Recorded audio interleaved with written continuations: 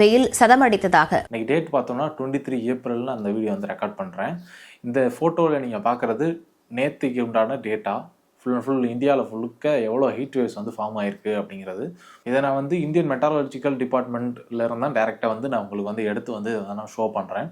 So இதை பார்க்கும்போதே நமக்கு வந்து தெரியும் இந்த அளவுக்கு அதிகமான ஹீட் வேவ் வந்து நம்ம இந்தியா முழுக்க வந்து ஃபேஸ் பண்ணிகிட்டு இருக்கோம்.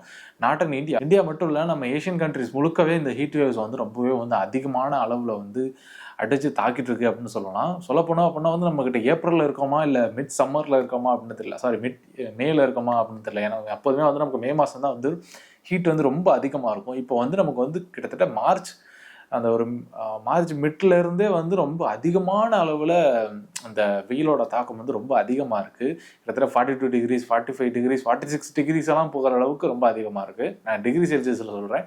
நம்ம ஃபேரன்ஹீட்டில் சொல்லணும்னா 110 வரைக்கும்லாம் போச்சு அப்படின்னு நினைக்கிறேன் ஃபேரன்ஹீட்டில். ஸோ அந்தளவுக்கு வந்து ரொம்ப அதிகமாக இருக்குது. நிறைய பேர் வந்து அதிகமான அளவில் அஃபெக்ட் ஆகிறான். இது எல்லாம் ரீசன் என்னென்னா நமக்கு காமனாக தெரிஞ்ச ரீசன்ஸ் தான். கிளைமேட் சேஞ்சு, நமக்கு வந்து மரம் வளர்க்குறதில்ல, அது வளர்க்குறதில்ல, இது வளர்க்குறதில்ல அப்படின்னு சொன்னாலும் ரியல் ரீசன் அது கிடையாது. என்னப்பா சொல்கிற, அது கிடையாதா? நம்ம மரம் வளர்க்காதனால இந்த பிரச்சனையெல்லாம் வரலையா அப்படின்னு கேட்டிங்கன்னா அதனாலேயும் தான் வந்துருச்சு.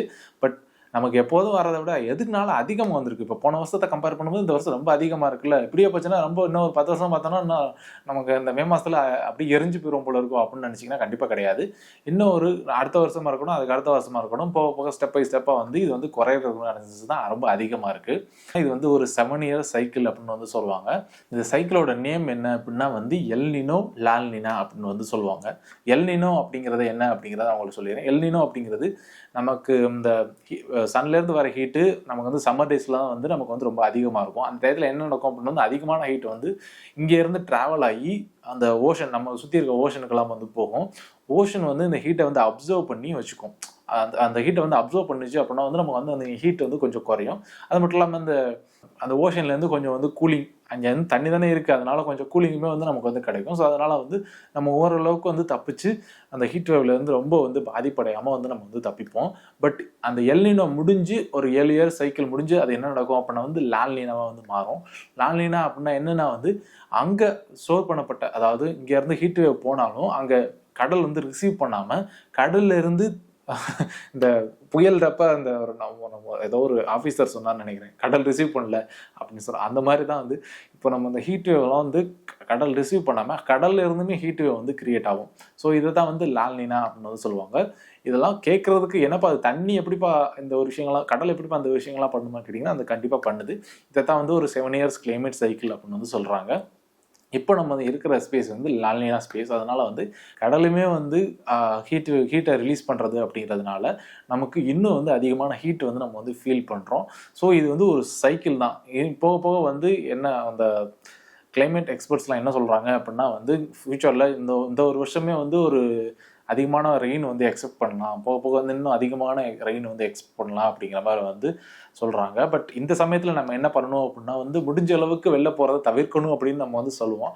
பட் நமக்கு வந்து இந்த டயத்தில் தான் வந்து நிறைய லீவ்ஸ் வந்து கிடைக்கும். நிறைய பேர் வந்து வெக்கேஷனுக்கு பிளான் பண்ணுவீங்க, நிறைய வந்து வெளில போகிறதுக்கு உண்டான சான்சஸ் வந்து கிடைக்கும்.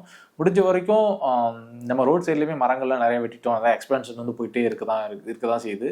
எங்கள் வீட்டு பக்கத்துலேயுமே நிறையா வந்து எக்ஸ்பென்ஷன் வந்து போயிட்டுருக்கு.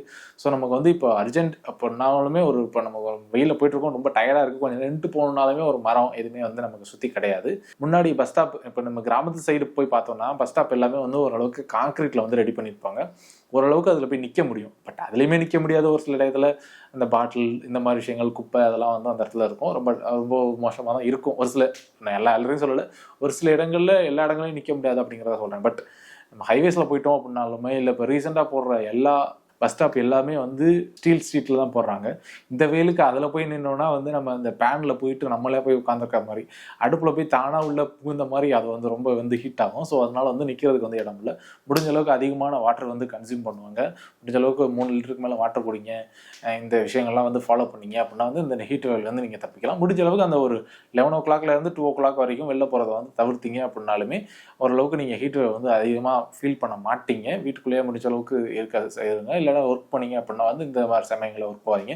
முடிஞ்ச அளவுக்கு மார்க்கெட்டிங் பீப்புளில் இருக்கீங்க அப்படின்னா வந்து ஏன்னா வந்து அது என்னோட பிடிச்ச ஃபீல்டு, நான் அது சம்மந்தமாக தான் படிச்சிருக்கேன். எனக்குமே வந்து அதிகமாக வெளில போகிறதுக்குண்டான சான்சஸ் வந்து கிடைக்கும். ஸோ மார்க்கெட்டிங் ஃபீல்டில் இருக்கவங்க முடிஞ்ச அளவுக்கு முகத்தில் ஸ்கார்ஃப் கட்டிக்கோங்க, கண்ணில் கூலிங் கிளாஸஸ் வந்து யூஸ் பண்ணுங்கள், சன்ஸ்க்ரீன் யூஸ் பண்ணுங்கள்.